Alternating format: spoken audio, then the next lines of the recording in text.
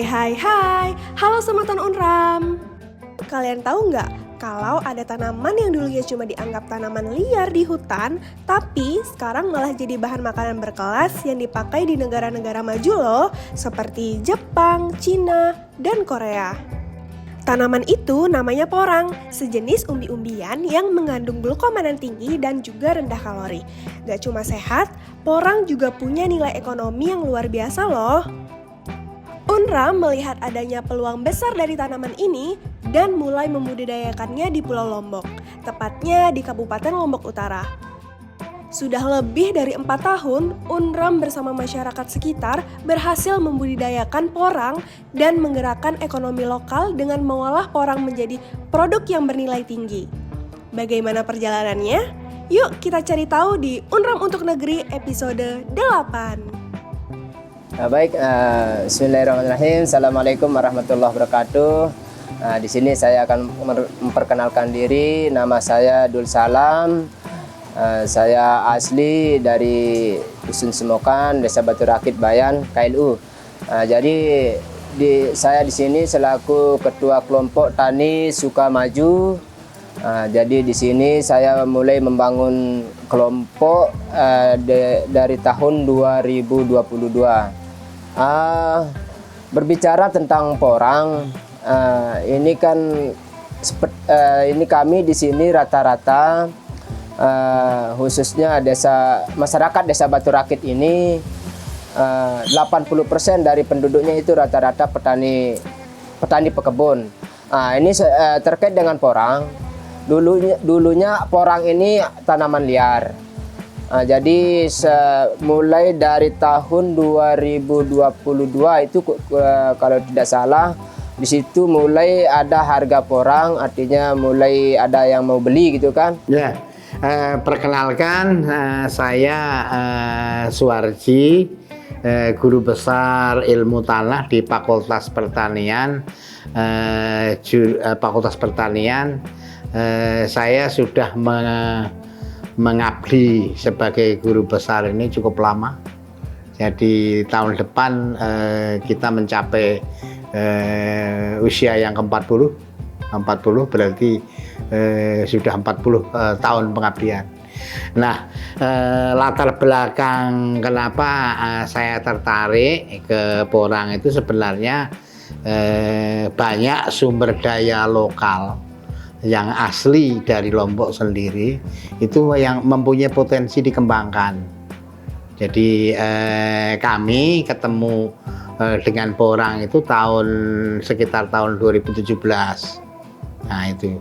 Jadi ceritanya kita mengembangkan KKN tematik di Lombok Utara, terutama di Desa Sambi Elen dan pada saat itu saat panen ya di hutan panen itu kira-kira bulan April, Mei, Juni, Juli, Agustus sampai Oktober kira-kira sampai itu panen. Ini apa yang dibawa orang dari hutan ini? Ada yang besar sekali 40 kilo ya, besar 1 sampai 40 kilo. Nah, ternyata itu yang namanya Amorphobolus. Jadi istilahnya sekarang itu porang. Jadi porang itu banyak yang sebangsa dengan itu. Jadi porang, ada iles-iles, ada yang lain, ada empat jenis itu. Tapi yang mahal harganya adalah porang. Porang memang merupakan salah satu tanaman umbi-umbian yang cocok sekali dikembangkan di Indonesia, terutama di NTB. Dan porang ini memiliki habitat alami di hutan atau di bawah naungan. Dia tidak tidak perlu lahan yang khusus. Dia bisa tumbuh di bawah naungan sekitar 50-75%. Dia bisa tumbuh baik di naungan. Jadi di NTB ini memang rata-rata yang memiliki tanaman porang itu rata-rata yang punya kebun atau punya lahan-lahan yang di hutan seperti itu yang dari pemerintah. Ini porang sekitar 3 musim ya, 3 tahun sejak ditanam Jadi kalau ukuran pohonnya sebesar ini, kurang lebih umbinya itu sekitar 4 sampai 5 kilo. Harganya kalau sekarang ini informasi yang saya dapat kemarin dari pihak pabrik, harga di pabrik itu sudah mencapai 7 sampai 8 ribu. Itu harga di pabrik di Jawa.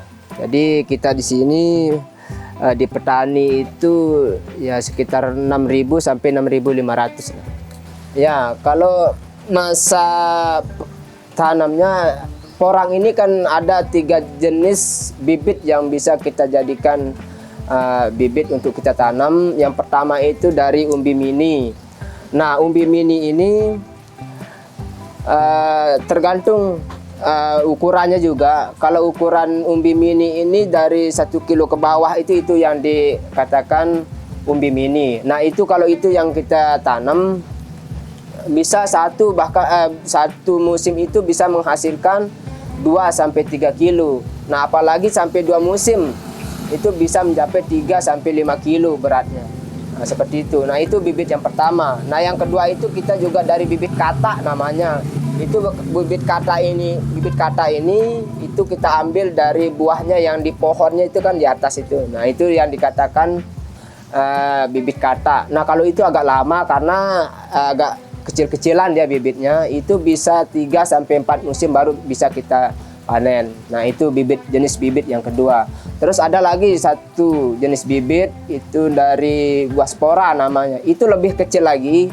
Nah, kalau itu sih kita tanam itu membutuhkan waktu sekitar 4 sampai 5 musim itu baru bisa kita panen yang menghasilkan 3 sampai 4 kilo. 2 tahun yang lalu saya pernah mencoba. Itu saya tanam kurang lebih itu 4 sampai 5 ribu pohon saya tanam itu kan. Itu saya ambil dari bibit kata itu. Namun tantangan yang saya alami di situ serangan hama, ada jenisnya itu hama kutu putih namanya. Itu yang diserang itu pohonnya. Jadi begitu diserang pohonnya, karena ini porang sudah tumbuh besar, diserang pohonnya, akhirnya dia tumbang itu kan. Dia tumbang. Itu yang menyebabkan umbi itu tidak bisa membesar seperti itu, Mbak. Setelah mendengar penjelasan dari ketiga orang hebat tadi, tentunya Semeton bertanya-tanya nih, mengapa porang memiliki nilai yang tinggi? Yuk kita dengar penjelasan berikut. Kenapa porang demandnya tinggi? Ternyata di Cina, Jepang, dan Korea itu menjadi makanan pokok. Jadi mie dan lain-lain itu.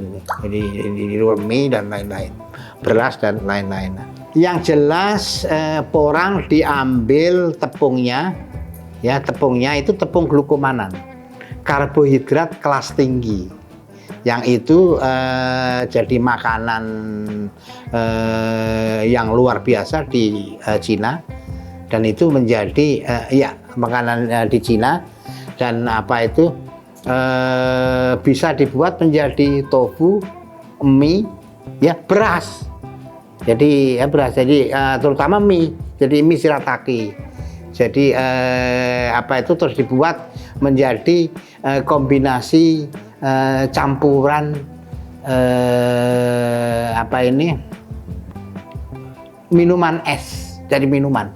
Jadi produk-produknya sangat berkembang. Dan kalau kita lihat di supermarket itu produknya ada 20-30 produk yang berkembang. Nah, itu memang diminati di 3 negara itu yang besar. Sekarang sudah Eropa ya sangat butuh, Australia ya sangat butuh.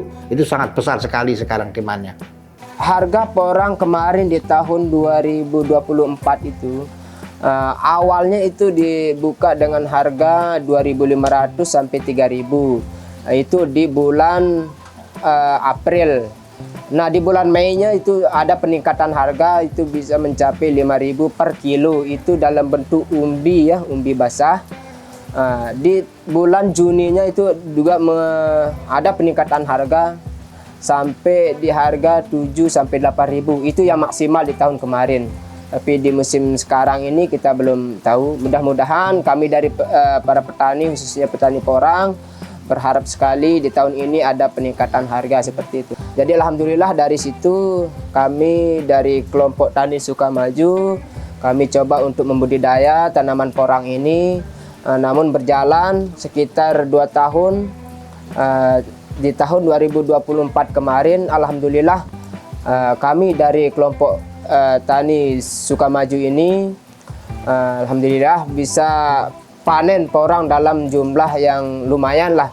Dari per anggota itu ada yang menghasilkan 2 sampai 3 ton per anggota. Nah, dari jumlah anggota kelompok kami itu sekitar 34 orang.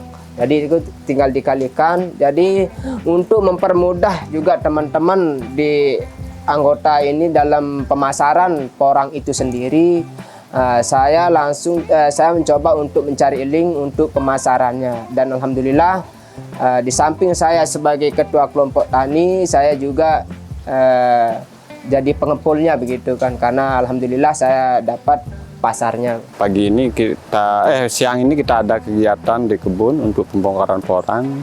Nah, ini umbi yang kita timbang ini 3 musim. Kemarin tuh waktu kita tanam itu beratnya 2 kilo. Nah, sekarang kan naik dia sampai 11 kilo sekian kan. Nah, alhamdulillah berapa kilo peningkatannya tuh. Sangat luar biasa kan. Artinya ini bisa peluang besar untuk jadi ekonomi petani yang harus kita kembangkan ke depannya untuk lebih banyak, untuk menunjang ekonomi kita sebagai petani. Ya, ini kita tanam lagi tahun depan bisa dia sampai 3 kilo ini yang kecil ini. Ini kan enggak sampai sekilo ini. Sampai sekilo. Artinya ini sangat menjanjikan ekonomi petani semakin baik, semakin sejahtera kalau ini kita kembangkan. Dan ini juga kan tidak mengganggu tanaman yang lain seperti kakao, kopi, dan durian. Ini hanya kan di tegakan terasan ini kita bisa tanam untuk penghasilan tambahan selain kopi dan coklat dan kakao dan durian, kelapa juga kan begitu, kemiri juga. Alhamdulillah bisa membantu juga ini. Sangat besar dan tidak terbatas itu.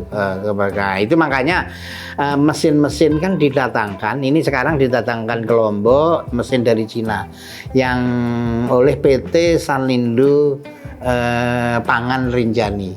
Itu orang Jawa Barat itu. Nah, dulunya pabriknya di Bandung, sekarang pabriknya itu kesulitan bahan baku, dipindahkan kan Lombok Timur. Nah, dipindahkan ke Lombok Timur. Nah, kebutuhannya memang saya tidak bisa mempunyai data yang besar, tapi sangat besar sekali. Kebutuhan di Cina, kebutuhan di Korea, kebutuhan di Jepang. Nah, itu karena makanan pokok. Jadi tahu, jadi mie shirataki, sehingga makannya mie itu. Kenapa kok memilih porang? Karena karbohidratnya tidak ada, rendah. Jadi untuk orang-orang kalau mau mempertahankan berat badan dan lain-lain, itu porang yang dimakan itu. Cuman memang masih mahal sekarang. Nah, kita sudah memproduksi juga untuk pasar lokal. Porang kini menjadi pilihan baru bagi para petani di daerah Bayan untuk meningkatkan taraf ekonomi mereka. Tak hanya sampai di situ, UNRAM bukan hadir sebagai penggagas saja, tetapi juga sebagai pendamping. Melalui berbagai program pembinaan dan pelatihan, UNRAM juga membekali masyarakat dengan keterampilan mengolah porang agar dapat menjadi produk dengan nilai jual lebih tinggi. Yang pertama, kami dibina mulai dari budidaya penanamannya, dan pemilihan benihnya seperti apa gitu yang bagus untuk kita tanam itu, dan pendampingan terkait dengan pemasaran itu juga yang yang dilakukan dari pihak pendampingan dari pihak UNRAM. Jadi saya selaku ketua kelompok sangat bersyukur sekali. Nah, jadi ada dari pihak UNRAM untuk membimbing kami selaku petani dengan tujuan untuk meningkatkan hasil tentunya. Jadi kami sudah mulai melakukan pembinaan itu awalnya tahun 2019, kemudian intensifnya itu pada tahun 2021.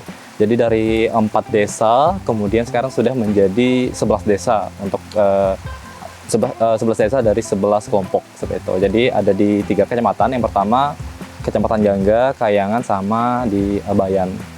Ya, untuk pembinaan itu sendiri ini memang memiliki dibantu sama CSR dari Astra Internasional, kemudian melalui Universitas Mataram yang spesifiknya dari program studi ilmu tanah, dan itu pembinaannya mulai dari pembentukan kelompok sampai kemudian berlanjut kepada pembuatan produk turunannya seperti itu. Ya, baik, memang untuk produksi turunan memang belum terlalu intensif, hanya beberapa bentuk produk turunan, tapi memang ini kerjasama sama pabrik yang lain seperti itu. Jadi contohnya adalah ada beras porang, namanya Porang Q, dan ini kalau mesinnya memang sudah ada, tapi belum kita produksi secara massal. Kita masih mengirimkan bahan baku, dan kemudian nanti diproduksi di Jawa untuk berasnya, kemudian kita packing lagi di sini. Ya, untuk permintaan memang kalau sekarang atau tahun kemarin itu sebenarnya permintaannya sangat tinggi ya, karena beberapa pun tetap diambil untuk tanaman porang ini karena kebutuhan di luar sangat banyak. Karena porang kan ini memiliki kandungan glukoman yang sangat tinggi, dan ini bisa dipakai seperti mie shirataki kalau di Jepang, dan sebagai bahan peledak kalau di negara-negara maju itu. Dan ini kandungan glukomannya sangat mahal, bisa sampai jutaan per kilogramnya. Alhamdulillah, lumayanlah keuntungannya semenjak kami coba untuk budidaya porang ini. Pertama, porang ini tidak membutuhkan banyak perlakuan. Artinya begitu kita tanam, tinggal kita melakukan pembersihan saja. Itu sih pengalaman dari saya. Itu tidak banyak membutuhkan pupuk, cukup kalau ada pupuk kandang cukup, itu pun pertumbuhannya bagus. Yang kedua, tadi kan tidak membutuhkan perlakuan banyak, cukup kita bersihkan. Nah, setelah itu misalnya kita sudah panen, cukup kita bongkar, kita bersihkan, lalu kita masukkan karung. Setelah itu kita timbang. Nah, artinya dari prosesnya itu aja tidak terlalu banyak membutuhkan proses sampai kita bisa jual. Karena kami di sini kami masih jualnya itu dalam bentuk gelondong. Nah, jadi manfaatnya itu sangat banyak sekali buat masyarakat. Pertama, semenjak kita budidaya porang ini, jadi ekonomi masyarakat itu ada sedikit mengalami peningkatan. Nah, seperti itulah. Memang membina masyarakat tidak mudah. Jadi saya kira dulu 3 tahun sudah bisa, ternyata enggak. Nah, ternyata lebih dari 6 tahun kita membina itu sampai jadi. Jadi kelompoknya jadi, organisasinya jadi, sampai ke koperasi. Nah, koperasi. Jadi koperasinya malah alhamdulillah koperasi porang itu dia mendapatkan kepercayaan menjadi penyedia makanan gratis di 2 kecamatan di KLU. Yang sangat diperlukan adalah pembinaan. Pembinaan terus-menerus, dan memang pembibitan itu harus ditangani secara besar oleh pemerintah. Jadi pembibitan itu, karena petani jangan disuruh membibitkan atau sebagai pengontrol benih, nggak bisa dia. Jadi itu adalah tugas pemerintah. Mungkin pemerintah itu mempiak ketigakan kepada UNRAM, nggak apa-apa. Nah, kita banyak mahasiswa, banyak apa yang nanti bisa untuk pembibitan. Nah, untuk pengusaha, ya kalau pengusaha cari untung itu jangan yang banyak-banyak. Jadi untungnya itu dibagilah dengan petani, sehingga petani memperoleh harga yang bagus. Jadi tahun ini baru buka saja, buka dasar di Jawa Timur sekarang sudah harganya 9.000. Artinya itu tadi meningkat terus. Baru buka harga saja sekarang di Jawa Timur itu sudah 9.000 harganya porang mentah. Nah, porang mentah dan porang basah. Nah itu Bu, jadi artinya pengusaha yang di Jawa Timur itu, jadi bagi-bagilah keuntungan dengan petani. Jadi kami pernah mengirim 3 truk tronton, harganya memang dimainkan oleh mereka. Jadi tolonglah Pak, harga itu berbagi. Jadi berbagi petani, kalau untung ya artinya untungnya itu dibagi. Sehingga petani bisa sejahtera dari pembelian itu, dari penjualan itu. Jadi dia ini, karena kalau nggak ada petani nggak ada porang, nah, kan nggak ada orang yang nanam, nggak mau gitu. Ya, jadi harapannya ke depan, terutama kami selaku petani ini berharap khususnya di seputaran porang, mudah-mudahan tetap dibelilah intinya. Tetap dibeli dengan harga yang memihak lah gitu kan, sesuai yang diharapkan oleh para petani. Karena kalau porang ini tidak dibeli, jadi sia-sialah kami untuk budidaya seperti itu. Dan yang kedua, harapannya mudah-mudahan dari pihak Unram juga tetap bersedia untuk membimbing dan membina kami khususnya di bidang pertanian porang seperti itu. Itu dia Semeton, perjalanan kolaborasi antara Unram dan masyarakat dari berbagai desa di Lombok Utara dalam membangun ekonomi dan mengembangkan inovasi pengolahan porang. Semoga langkah baik ini terus berlanjut dan berkembang agar semakin banyak manfaat yang bisa dirasakan oleh masyarakat dari desa untuk masa depan yang lebih sejahtera. Sampai jumpa di episode Unram untuk Negeri berikutnya.